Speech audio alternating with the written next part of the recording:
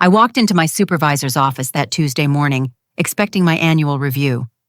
Instead, Director Martin Walsh dropped a bombshell that would change everything. "We're cutting senior salaries," he smirked, sliding a document across his desk. My 15 years of flawless service at the regional power grid meant nothing. The woman who'd prevented 3 blackouts, who knew every switch and circuit across 5 states, was being demoted to make room for his nephew. I stared at the papers, then at his satisfied face. That's when I made my decision.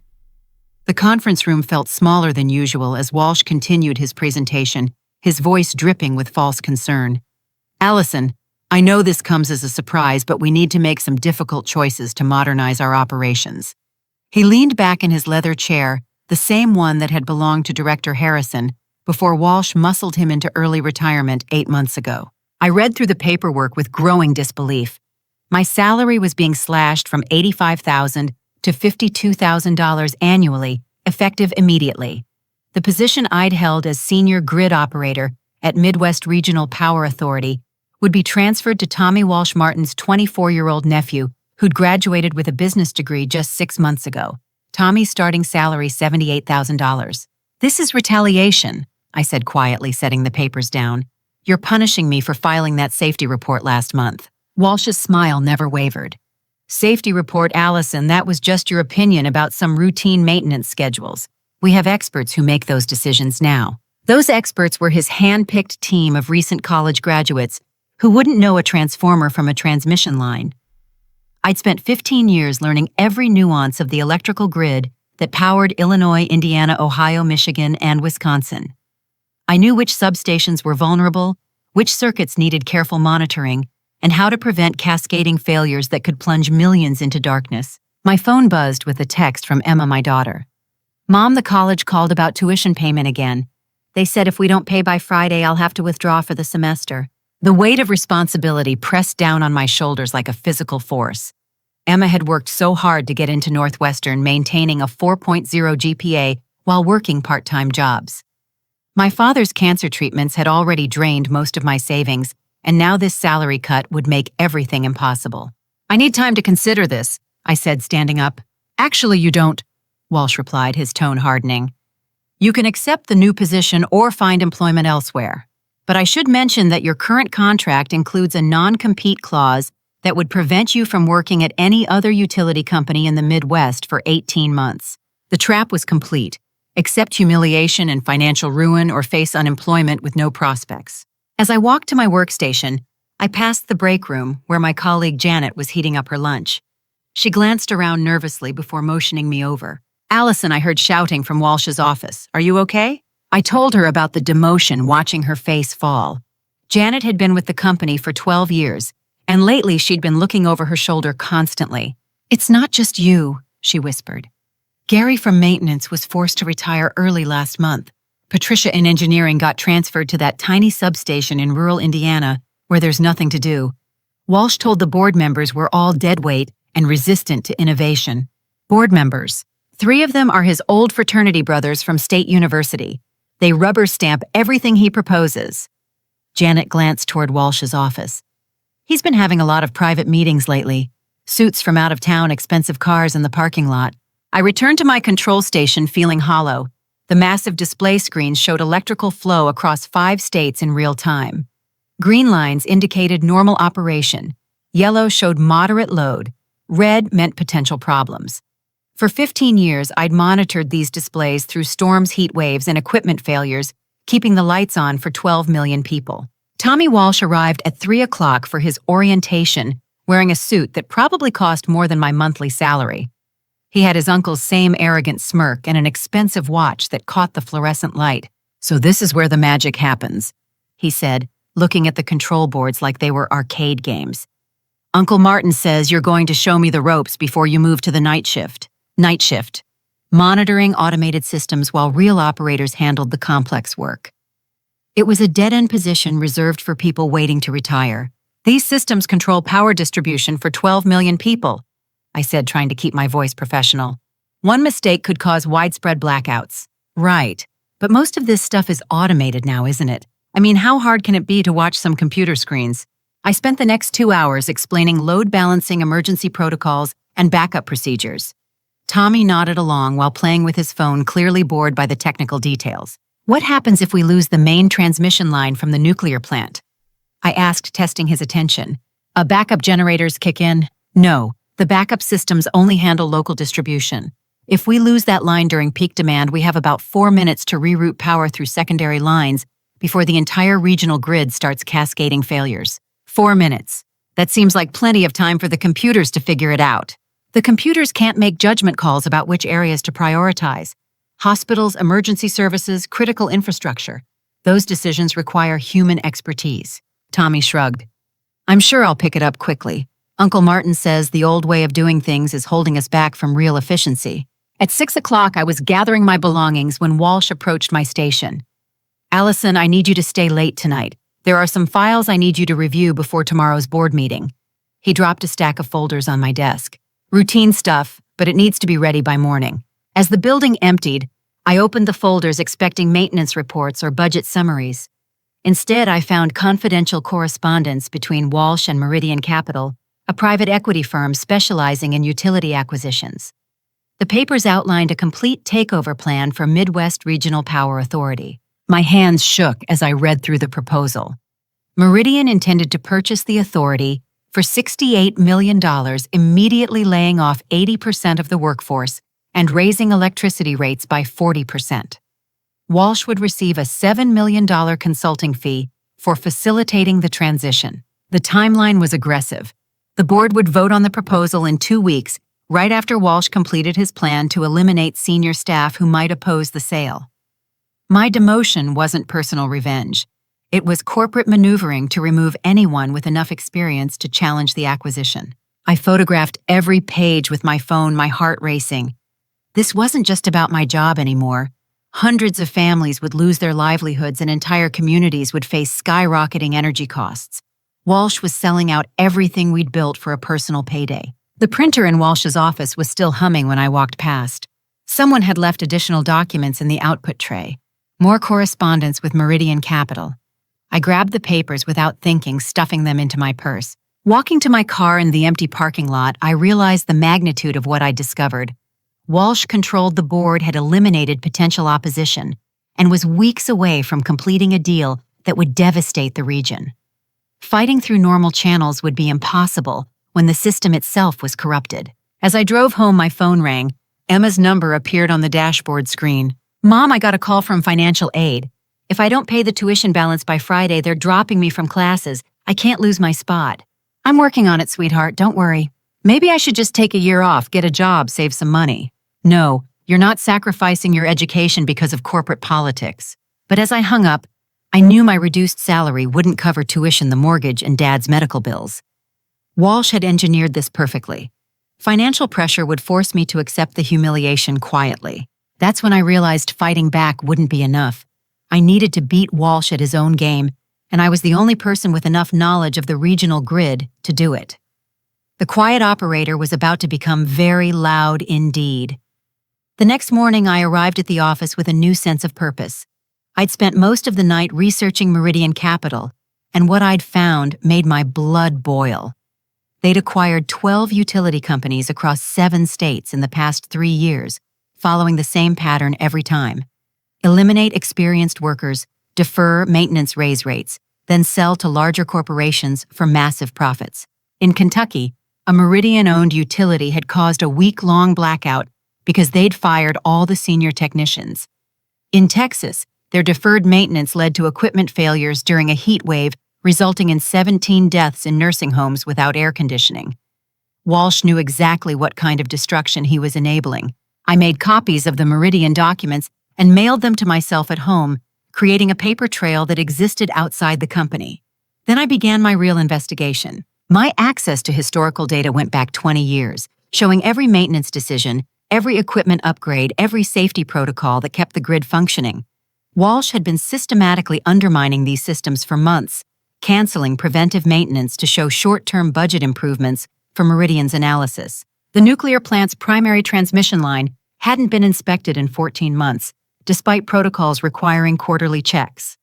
The backup transformer at the Indiana substation was operating at 110% of rated capacity, a dangerous condition that Walsh's team classified as acceptable risk.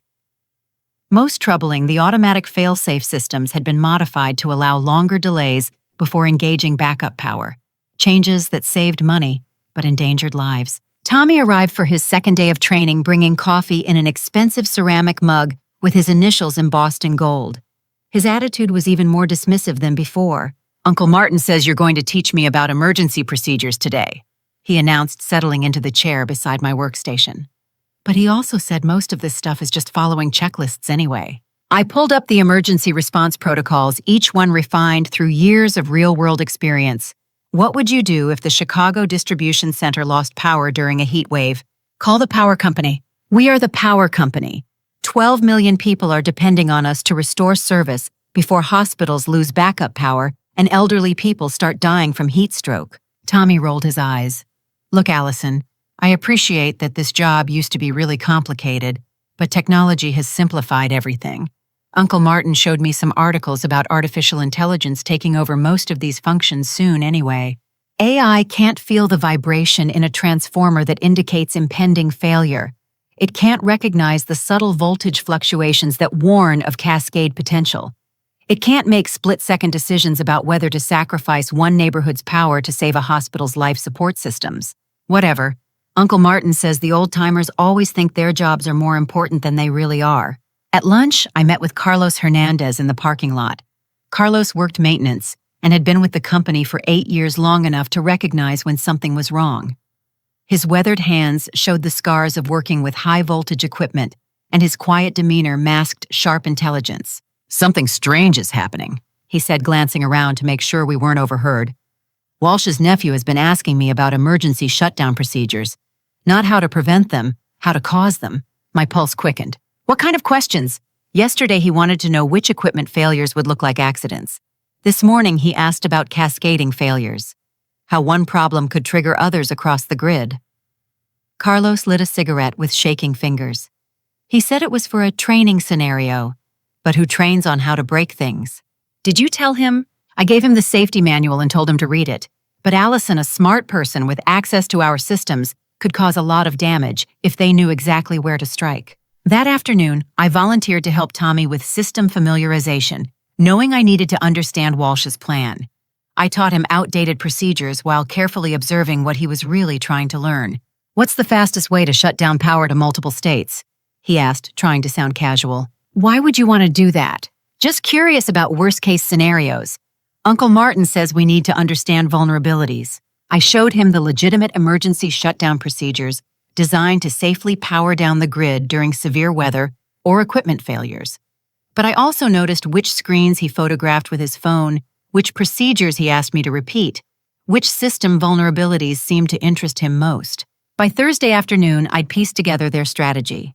Walsh planned to cause a controlled blackout that would appear to result from equipment failure and operator incompetence. The blackout would occur during peak demand, probably Friday night during the college football playoffs, when millions would be watching television and running heating systems. Tommy would be on shift following emergency protocols that had been secretly modified to create delays and confusion. The resulting cascade failure would plunge 5 states into darkness, providing perfect justification for Meridian's acquisition as the only solution to aging infrastructure and incompetent management. That evening, I called Patricia Morrison, the senior engineer who'd been transferred to rural Indiana. Patricia had 30 years of experience and a reputation for meticulous documentation. "Alison, I was hoping you'd call. This transfer is obviously punishment for questioning Walsh's decisions." "Patricia, I need your help with something serious." I told her about the Meridian deal and the planned sabotage. "That explains everything," she said.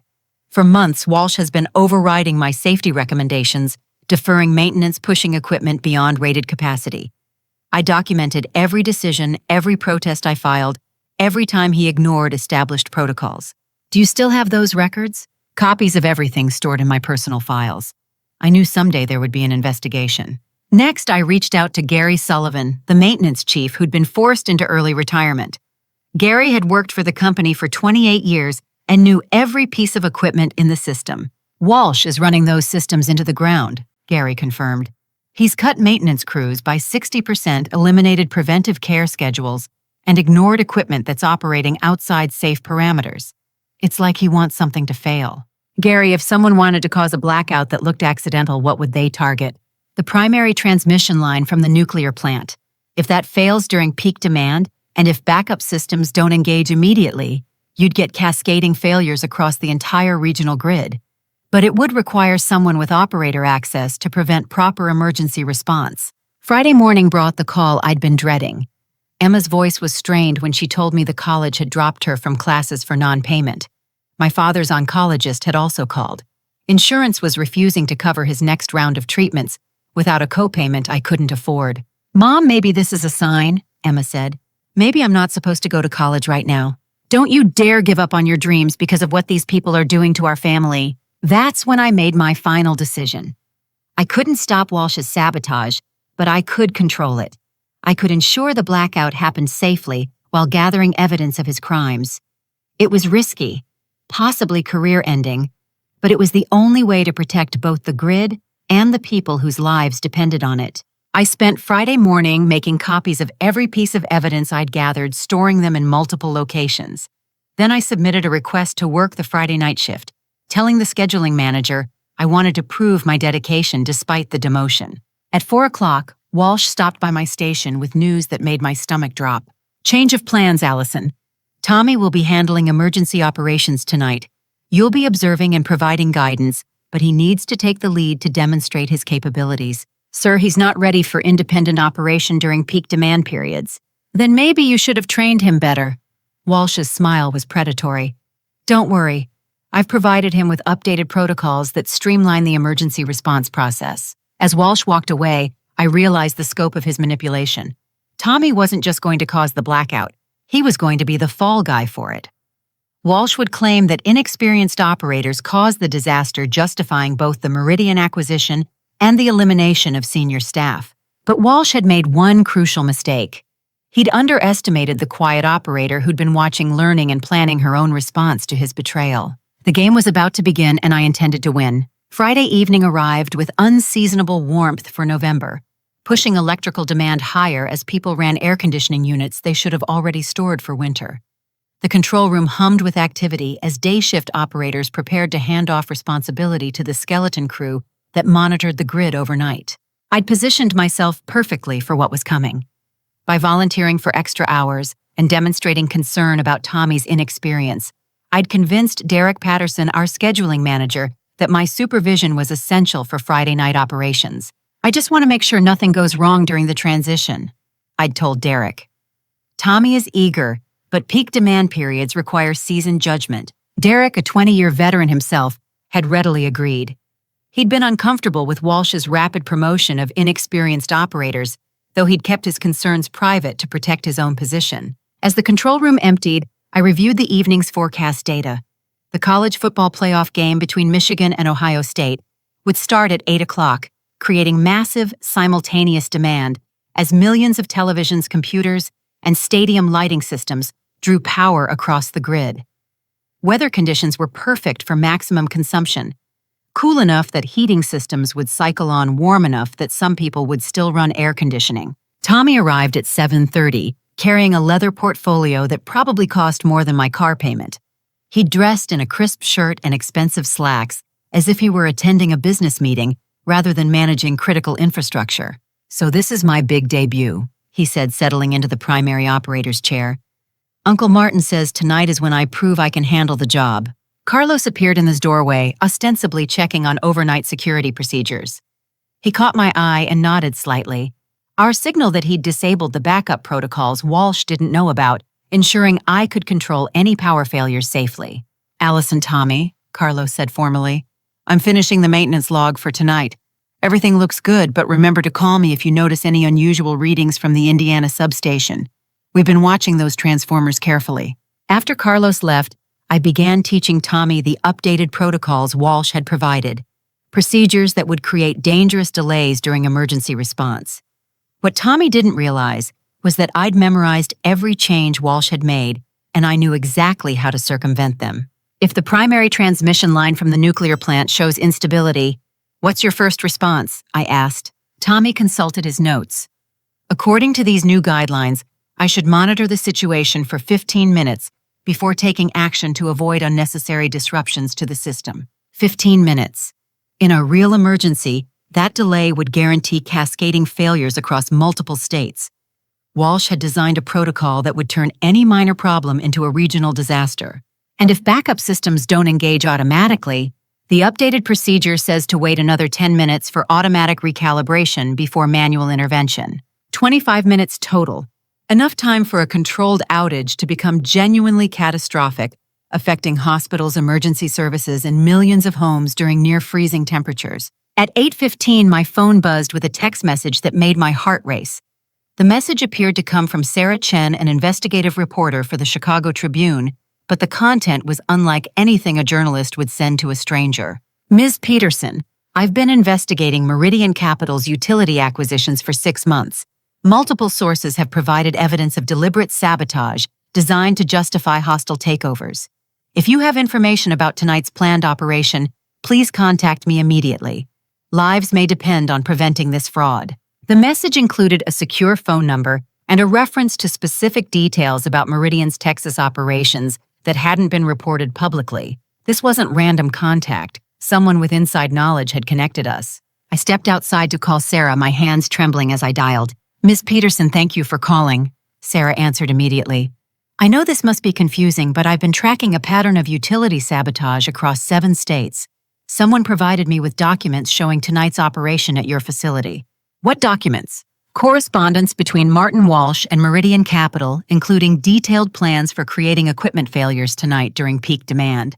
The plan includes pre-written press releases blaming operator error and aging workforce incompetence for the resulting blackouts.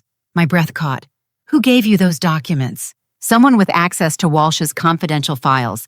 They wouldn't identify themselves, but they said you were the only person with enough technical knowledge to prevent a genuine disaster while documenting Walsh's crimes. Patricia.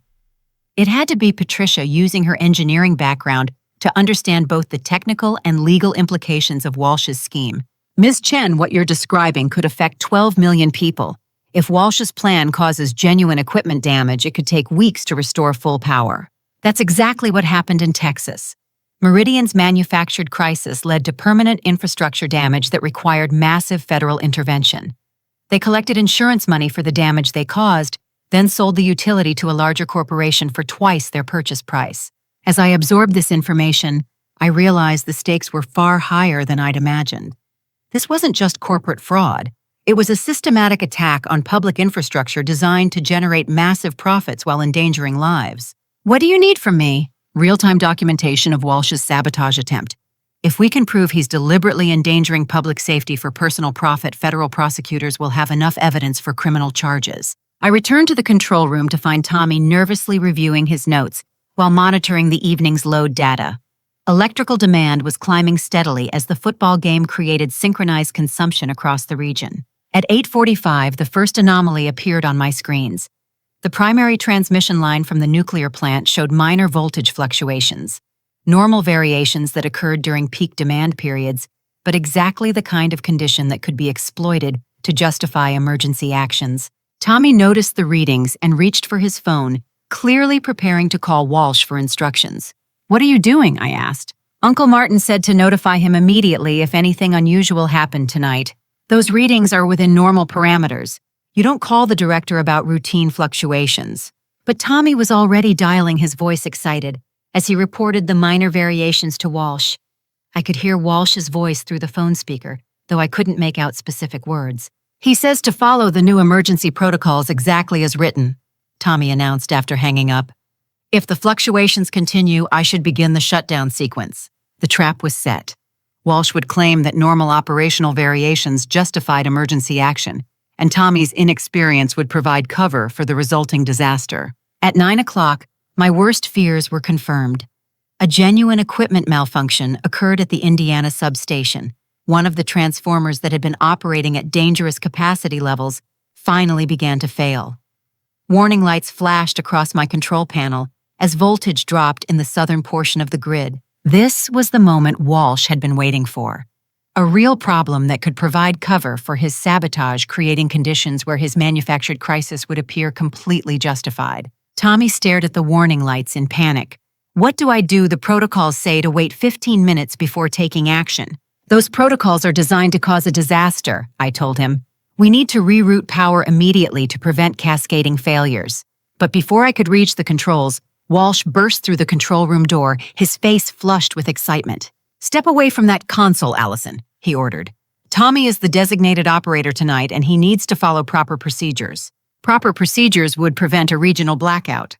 Proper procedures, Walsh said, moving to block my access to the controls, are what I say they are. As the Indiana transformer continued to fail, and Tommy followed Walsh's deliberately dangerous protocols, I realized this was no longer about corporate fraud. Walsh was willing to risk genuine catastrophe, including potential loss of life, to complete his scheme. The quiet operator was about to get very loud indeed. The control room filled with tension as alarms began cascading across the monitoring systems. The Indiana substation's transformer failure was creating exactly the kind of emergency that required immediate expert intervention. Instead, Walsh stood between me and the controls, while Tommy fumbled through procedures designed to turn a manageable crisis into a regional disaster. Sir, we need to reroute power around the Indiana failure immediately, I said, my voice steady despite the chaos building around us. If we wait, the load will shift to already stressed equipment in Ohio and Michigan. Tommy is following the updated emergency protocols exactly as designed, Walsh replied, his eyes bright with anticipation. Unless you're suggesting that our new procedures are inadequate. The trap was elegant in its simplicity. If I criticized the protocols, Walsh would claim I was undermining company policy. If I remained silent, the resulting blackout would justify everything he'd planned. Tommy's hands shook as he consulted his notes, sweat beading on his forehead despite the control room's cool temperature. Uncle Martin, the readings are getting worse. Maybe I should start the power rerouting sequence. Stick to the timeline, Tommy. 15 minutes of observation before any intervention. We need to gather data before making decisions. 15 minutes that would doom millions to darkness. At 9:20, the situation deteriorated beyond anything I'd anticipated.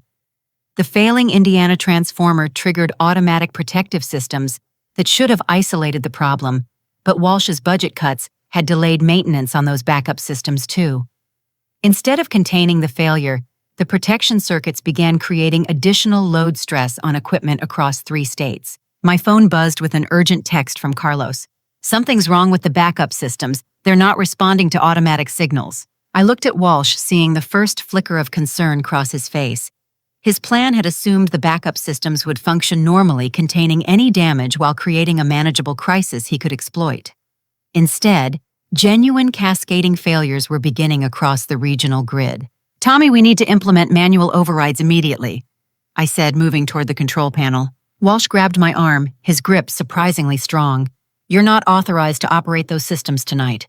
Tommy has operational authority. Then authorize him to take proper action before people start dying. Uncle Martin. Tommy's voice cracked with stress. The Ohio readings are entering critical ranges. I think we might have a real emergency here. For the first time, Walsh seemed to realize his manufactured crisis was becoming genuine.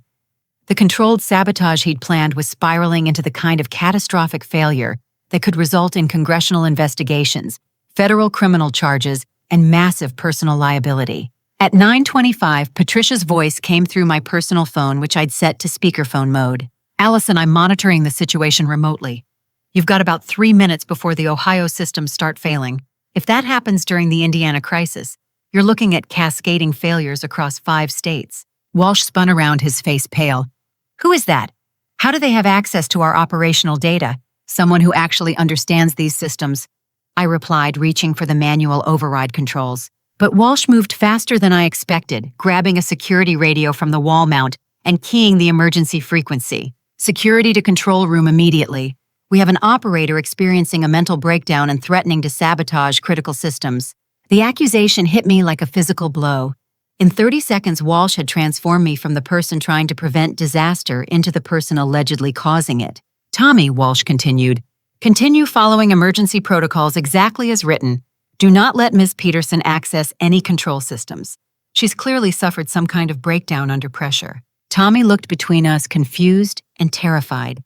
The kid had finally realized he was in over his head, but now Walsh was positioning him as the responsible party while painting me as the threat. At 9:28, the Ohio substation's automatic systems engaged, trying to compensate for the Indiana failure. But the additional load pushed Ohio's equipment beyond safe operating parameters, triggering warning alarms across my displays. "Walsh, look at those readings," I said, pointing to the escalating indicators. "Your protocols are killing the grid." "My protocols are preventing hasty decisions that could make the situation worse. Your protocols are designed to cause exactly this kind of failure." "That's a serious accusation, Ms. Peterson. Are you claiming I'm deliberately sabotaging our own power grid?"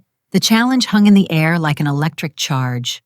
Walsh was daring me to make public accusations about his conspiracy while he held all the official authority. If I was wrong or if I couldn't prove it, I'd face criminal charges for interference with critical infrastructure. That's when I made the decision that would change everything. I pulled out my phone and activated the live streaming app I'd downloaded earlier, pointing the camera toward the control room displays. "My name is Alison Peterson, Senior Grid Operator for Midwest Regional Power Authority," I said, clearly speaking both to the phone camera and to Walsh. "I'm documenting a deliberate attempt to sabotage 5-state electrical grid during a genuine emergency." Walsh lunged for the phone, but I'd already hit the broadcast button. Hundreds of viewers were now watching live as warning alarms flashed across the control room, and Walsh tried to wrestle my phone away.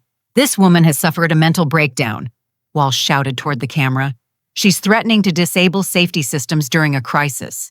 But the camera had captured the real situation. Walsh preventing me from accessing controls that could prevent disaster, while inexperienced Tommy followed procedures that any expert would recognize as dangerous. Within minutes, the viewer count climbed into the thousands as people shared the stream across social media. Comments flooded in from electrical workers across the country, many recognizing the dangerous readings on the displays behind us.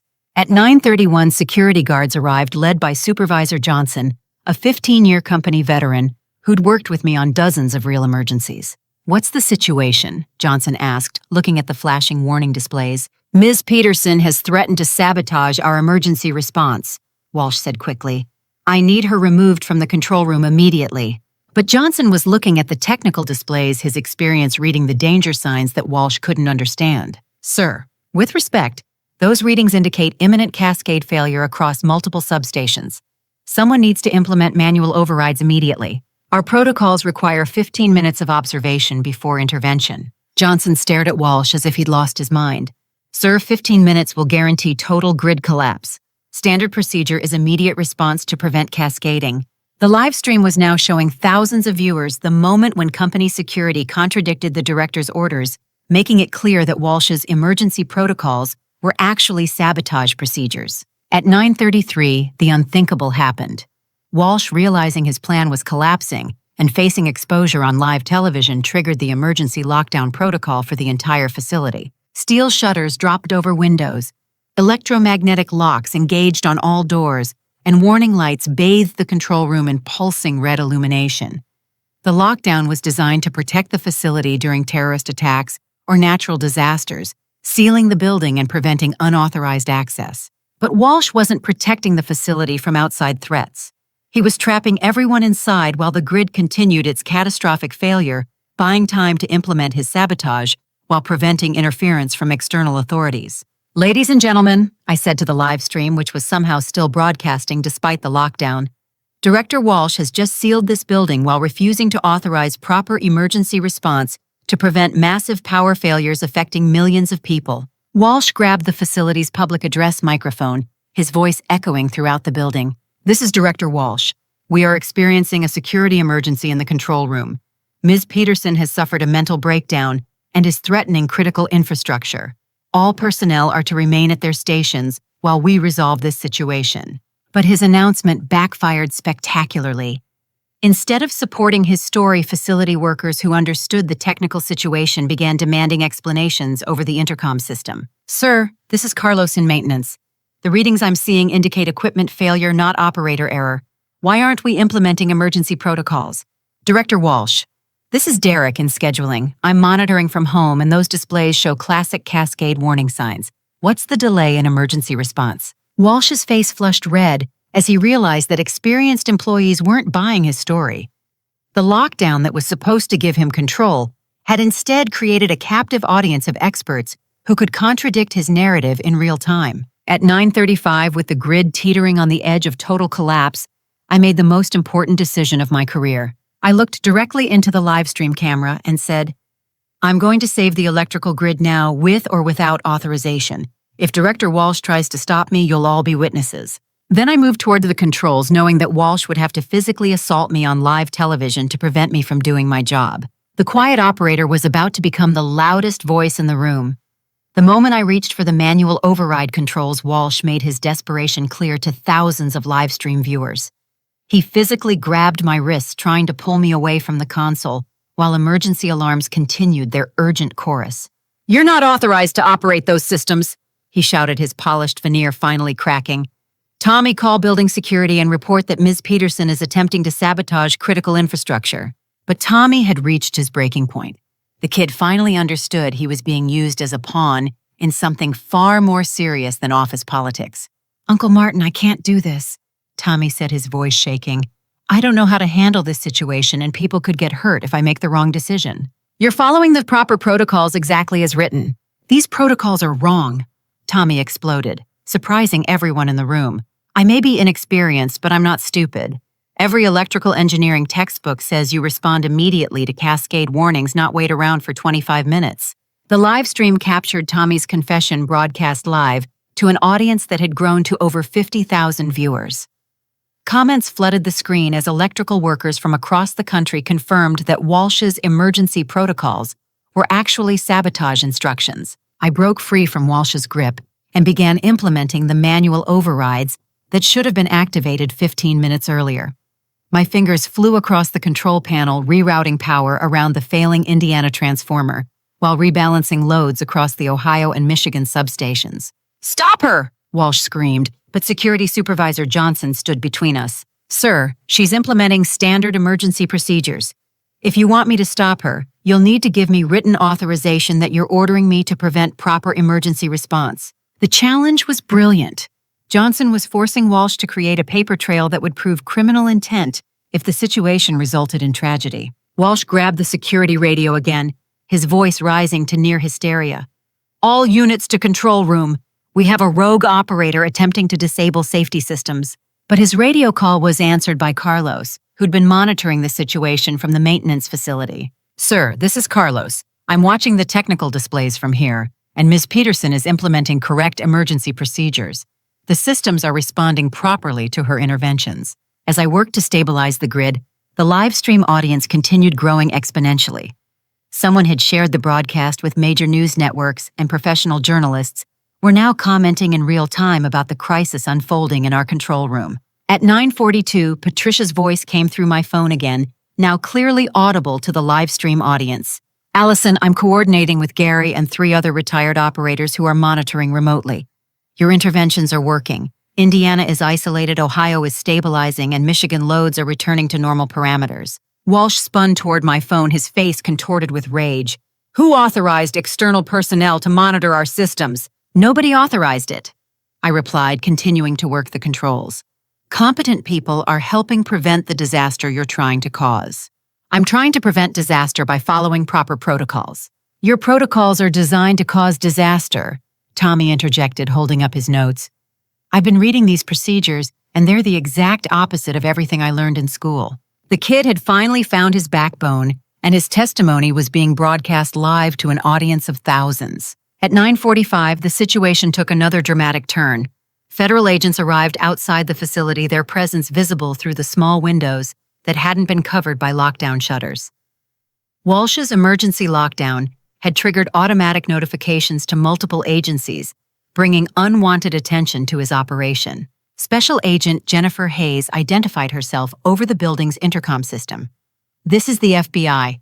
We're responding to reports of a possible terrorist incident involving critical infrastructure. We need immediate communication with facility management." Walsh grabbed the public address microphone, his voice now completely unhinged. "This is Director Martin Walsh. We are dealing with an internal security threat. An unstable employee has taken control of power grid operations and is threatening to cause widespread blackouts." But Agent Hayes had been monitoring the live stream like everyone else. Her response came swiftly, and cut through Walsh's narrative like a blade. "Mr. Walsh, we've been watching the situation through social media broadcasts. Our technical consultants confirm that Ms. Peterson is implementing correct emergency procedures while you appear to be interfering with proper crisis response. We need you to unlock this facility immediately." The federal intervention changed everything. Walsh could no longer control the narrative when FBI agents were contradicting his story based on expert analysis of the livestream footage. "I'm the director of this facility," Walsh replied, his voice cracking. "I have the authority to determine proper emergency procedures." Mr. Walsh, federal law requires utility operators to follow established safety protocols during emergencies. Preventing proper emergency response is a federal crime. At 9:48, I successfully completed the emergency stabilization procedures. The Indiana failure was isolated load had been rebalanced across the remaining substations, and power was flowing normally to all critical services. What could have been a catastrophic regional blackout had been prevented by competent emergency response. The livestream audience erupted in celebration as green indicators replaced red warning lights across my control displays. Comments poured in from electrical workers, emergency responders, and ordinary citizens thanking me for preventing disaster. But Walsh wasn't finished yet. Cornered and desperate, he made one final attempt to salvage his scheme. "Ladies and gentlemen," he announced over the public address system, "Ms. Peterson may have temporarily stabilized the immediate crisis, but she has violated multiple company policies and federal regulations in the process. I'm placing her under citizen's arrest for interference with critical infrastructure." Walsh moved toward me again, but this time Tommy stepped between us. "Uncle Martin, stop," Tommy said firmly. "I've been recording our conversation on my phone for the past 20 minutes. You told me to follow procedures that would have caused massive blackouts. You prevented Alison from doing her job correctly. You locked down the building to stop people from helping. The ultimate betrayal came from within Walsh's own family." Tommy held up his phone, showing that he'd been documenting the entire conversation. "I have recordings of you telling me to ignore safety warnings, to delay emergency response, and to blame equipment failure on operator incompetence," Tommy continued. "You also have meetings scheduled next week with something called Meridian Capital about selling the power authority." The live stream captured every word of Tommy's confession, providing real-time evidence of Walsh's conspiracy to thousands of witnesses. At 9:51, Agent Hayes' voice came through the intercom again.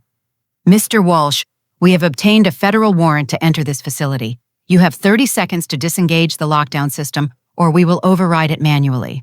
Walsh looked around the control room like a trapped animal.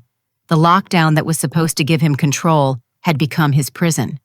The nephew who was supposed to be his accomplice had become his prosecutor. The crisis that was supposed to justify his fraud had been resolved by the woman he'd tried to destroy. As federal agents prepared to breach the facility and thousands of people watched the live stream, Walsh made his final desperate gambit. He lunged toward the main power controls, trying to manually trigger the blackout he'd planned all along. But I was ready for him. 15 years of emergency response training kicked in as I intercepted his movement, using my body to shield the critical controls while calling for help from everyone in the room. Security Supervisor Johnson and Tommy both moved to restrain Walsh, while Carlos's voice crackled through the radio system. "All maintenance personnel to control room.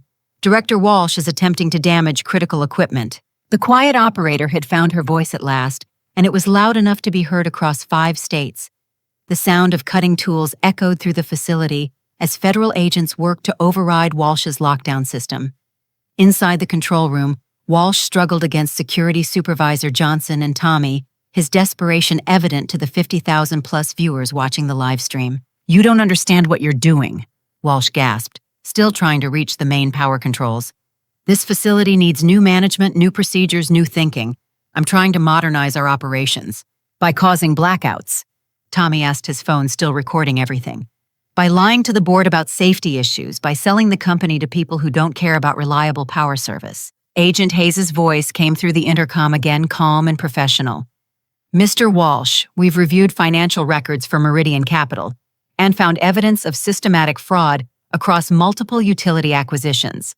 We also have recordings of your conversations with Meridian executives discussing tonight's planned sabotage." The federal investigation had been more comprehensive than any of us realized. While I'd been gathering technical evidence of Walsh's sabotage, federal agents had been tracking the financial conspiracy behind it. At 10 o'clock, the lockdown system finally disengaged with a series of heavy clicks and mechanical whirs. Steel shutters retracted from windows, electromagnetic door locks released, and normal lighting replaced the pulsing red emergency illumination. Agent Hayes entered the control room, accompanied by 2 other federal agents and a woman I didn't recognize, an older African-American woman in an expensive suit who carried herself with unmistakable authority. "Ms. Peterson," Agent Hayes said, "I'm Special Agent Jennifer Hayes, FBI Financial Crimes Division. This is Sarah Chen from the Chicago Tribune, and this is Director Margaret Williams from the Department of Energy." Sarah Chen, the reporter who'd contacted me earlier. She'd been working with federal authorities to document the conspiracy. "Ms. Peterson," Director Williams said, "your actions tonight prevented what could have been one of the worst infrastructure disasters in recent history. We've been monitoring the technical situation through your live stream, and our experts confirm that Mr. Walsh's protocols would have caused catastrophic failures across 5 states. Walsh, now handcuffed and seated under guard, made one last attempt to control the narrative. This is all a misunderstanding. I was following updated emergency procedures designed to prevent hasty decisions during crisis situations." Sarah Chen opened her laptop, showing federal agents the evidence I'd discovered days earlier. "Mr. Walsh, we have copies of your correspondence with Meridian Capital, including detailed plans for tonight's sabotage operation. We also have recordings of your phone conversations discussing the planned acquisition and your $7 million consulting fee." The reporter had been the missing piece of the puzzle. While I'd focused on technical evidence and Tommy had recorded Walsh's immediate actions, Sarah had been documenting the broader financial conspiracy with federal investigators. Furthermore, Agent Hayes continued, "Meridian Capital is under investigation for similar schemes in 7 other states. Your cooperation tonight was part of a pattern of deliberate infrastructure sabotage designed to justify hostile utility acquisitions." Tommy looked devastated as he realized the scope of his uncle's crimes. "I thought this was just about company politics. I didn't know people could die from what we were planning." "Tommy," I said gently, "you did the right thing when it mattered. That recording you made probably saved thousands of people from losing power during freezing temperatures." Director Williams addressed the live stream audience directly, knowing that tens of thousands of people were still watching. "Ladies and gentlemen, what you witnessed tonight was an attempt to deliberately sabotage critical infrastructure for private profit. Ms. Peterson's expertise and courage prevented a disaster that could have affected 12 million people across 5 states." The live stream comments exploded with support from electrical workers, emergency responders, and ordinary citizens who understood how close we'd come to catastrophe. Carlos appeared in the control room doorway, grinning broadly. "Alison, I've been monitoring systems throughout the facility. Everything is running perfectly. The emergency repairs you implemented are holding steady, and we're maintaining normal power distribution across all 5 states." As federal agents led Walsh away, he made one final accusation. "She violated company protocols. She interfered with authorized emergency procedures. She should be facing criminal charges, not being treated like a hero." Agent Hayes paused at the doorway. "Mr. Walsh, federal law requires utility operators to prioritize public safety over corporate protocols. Ms. Peterson followed federal emergency response guidelines while you violated them. She'll be receiving a commendation, not criminal charges." After the federal agents departed with Walsh, Director Williams remained to discuss the aftermath. "Ms. Peterson, the Department of Energy will be conducting a full review of this facility's operations.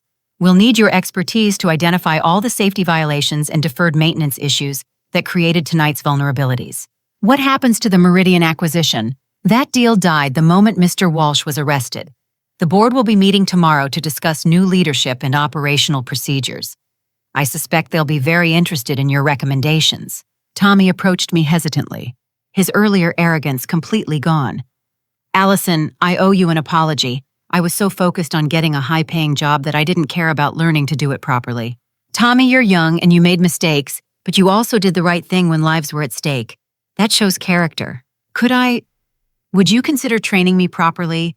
I want to learn how to do this job the right way." I looked at the kid, scared, humbled, but genuinely committed to making amends. "We'll see, but you'll start at the bottom, learn every system from scratch, and prove yourself through competent work, not family connections." At 10:30, Sarah Chen approached me with her final questions for the Tribune story. "Ms. Peterson, what would have happened if you hadn't been here tonight? I considered the question carefully, thinking about the cascading failures that had been prevented, the hospitals that continued receiving power, the families who stayed warm during freezing temperatures. 12 million people would have lost electrical service during dangerous weather conditions. Hospitals would have lost power, traffic systems would have failed, and emergency services would have been compromised. People would have died. Elderly people from cold exposure, hospital patients whose life support systems failed, car accident victims at intersections without working traffic lights. And all of that would have been blamed on equipment failure and operator incompetence. That was the plan.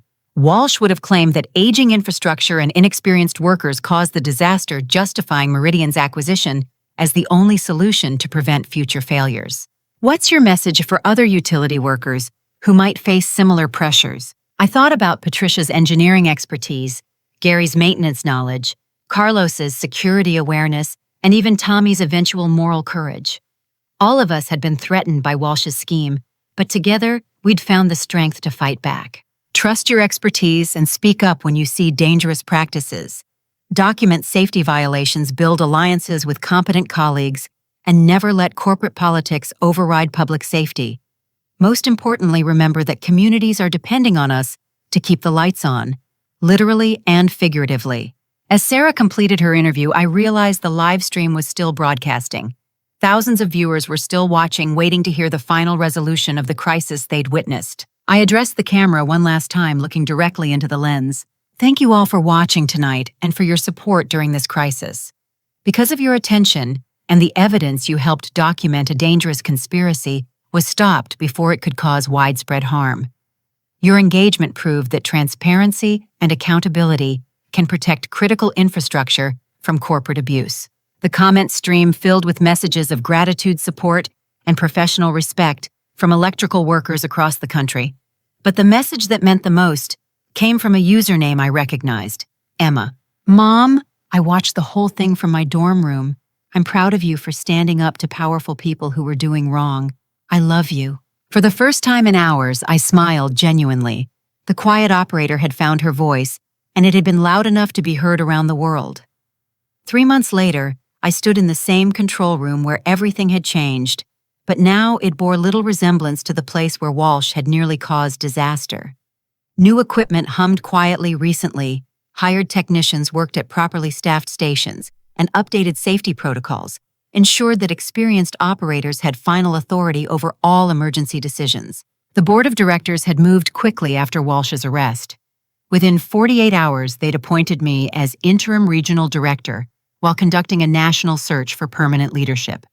Within a week, they'd made the appointment permanent, along with a salary increase that more than compensated for Walsh's attempted demotion. Emma had returned to Northwestern with full financial support, her tuition covered by the settlement the board had paid to prevent lawsuits from affected employees. More importantly, she'd changed her major to electrical engineering after watching the live stream that night. I want to understand power systems like you do, Mom, she told me. I want to help keep the lights on for people who need them. My father's cancer treatments continued successfully covered by the excellent insurance that came with my new position. On good days, he visited the facility to see the improvements we'd implemented, proud of his daughter who'd stood up to corruption and won. Tommy had become one of our most dedicated trainees, starting as an apprentice maintenance worker and slowly earning the trust of experienced operators. His family name had become a liability rather than an advantage, but his work ethic and genuine remorse had impressed everyone who supervised him. I understand now that expertise takes years to develop, he'd told me during his 6-month review. Uncle Martin made it sound like these jobs were easy, but I've learned they require knowledge, judgment, and constant vigilance. Patricia had returned from her exile in rural Indiana, accepting a promotion to Chief Engineering Officer, with authority to implement long overdue safety upgrades. Gary came out of retirement as a part-time consultant, helping design training programs that would prevent future crises. Carlos had been promoted to Director of Facility Security, with expanded authority to investigate and report safety violations. His quick thinking and moral courage during the crisis had earned him respect throughout the organization. The federal investigation had expanded far beyond our facility. Meridian Capital faced criminal charges in 9 states, and Martin Walsh had pleaded guilty to multiple felonies, including fraud, conspiracy, and endangerment of critical infrastructure. He'd received a 15-year federal prison sentence and been ordered to pay restitution to affected communities. The live stream footage had become evidence in congressional hearings about infrastructure security and corporate accountability. The video had been viewed over 2 million times, and excerpts were used in training programs for emergency responders nationwide. Sarah Chen's Tribune investigation had won a Pulitzer Prize for public service, exposing utility fraud schemes across the Midwest and leading to federal legislation requiring transparency in infrastructure privatization deals. But the most meaningful changes were smaller and more personal. Our workplace had transformed from a place of fear and manipulation into an environment where expertise was valued. Safety was prioritized, and experienced workers could speak truth to power without fear of retaliation. During my daily rounds, I often stopped at the control station where I'd made my stand that November night. The same displays showed power flowing reliably across 5 states, but now they represented something more than electrical distribution. They represented the principle that public service meant serving the public, not private interests. One afternoon, as I reviewed maintenance schedules with Patricia, she brought up a concern that reminded me how vigilant we needed to remain. Alison, I've been watching utility acquisitions in other regions. There are 3 companies using tactics similar to Meridian's approach, eliminating experienced workers, deferring maintenance, then creating crises to justify hostile takeovers. Have you documented your concerns? Everything is ready for federal investigators, but I wanted to ask your advice about one thing. Should we proactively contact operators in those regions or wait for them to discover the problems themselves? The question went to the heart of what we'd learned. Individual operators, no matter how skilled, couldn't fight systematic corruption alone. But networks of competent professionals, supported by transparency and accountability, could protect critical infrastructure from those who would exploit it. We should reach out, I decided. Not to interfere with their operations, but to share our experience and offer support if they face similar challenges. Within 6 months, we'd helped operators in 3 other states identify and report suspicious management decisions before they could cause harm.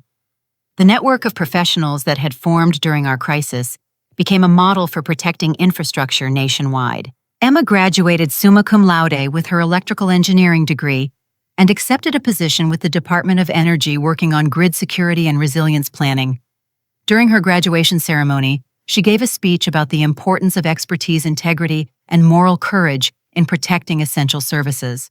3 years ago, my mother faced a choice between personal safety and public responsibility, Emma told her graduating class. She chose to risk everything to protect millions of people she'd never met. That's the kind of professional I want to become, someone who puts service above self-interest, expertise above politics, and public safety above private profit. As I watched my daughter receive her diploma, I thought about the quiet operator I'd been before that November night. Competent but cautious, skilled but silent, dedicated to my work, but afraid to challenge authority. The crisis had taught me that expertise without courage is meaningless, and that individual competence without collective action is insufficient to protect the systems our communities depend on. But most importantly, I'd learned that standing up for what's right, even at personal cost, creates ripple effects far beyond what we can imagine. The decision to live stream that night hadn't just saved the electrical grid. It had inspired other professionals to speak up, helped create federal legislation protecting infrastructure, and shown my daughter that expertise and integrity could overcome even entrenched corruption. The lights that illuminate 5 states every night represent more than electrical current flowing through transmission lines. They represent the power of truth over deception, competence over corruption, and public service over private greed. Sometimes the most important voice in the room belongs to the quiet person who knows what they're talking about. And sometimes, when everything is at stake, the quiet operator needs to speak loud enough to be heard around the world.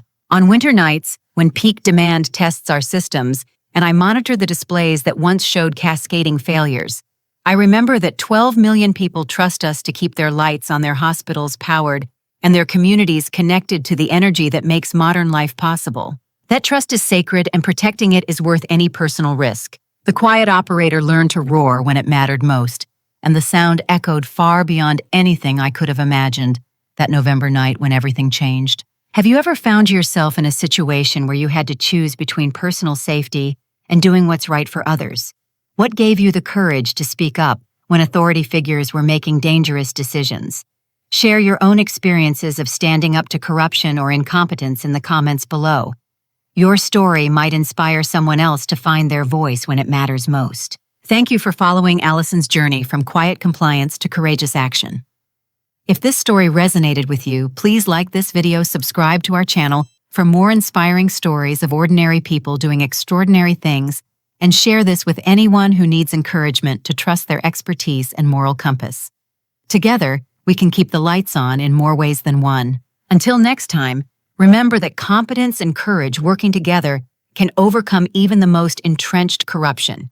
Stay strong, stay vigilant, and never underestimate the power of one person who refuses to stay quiet when lives are at stake.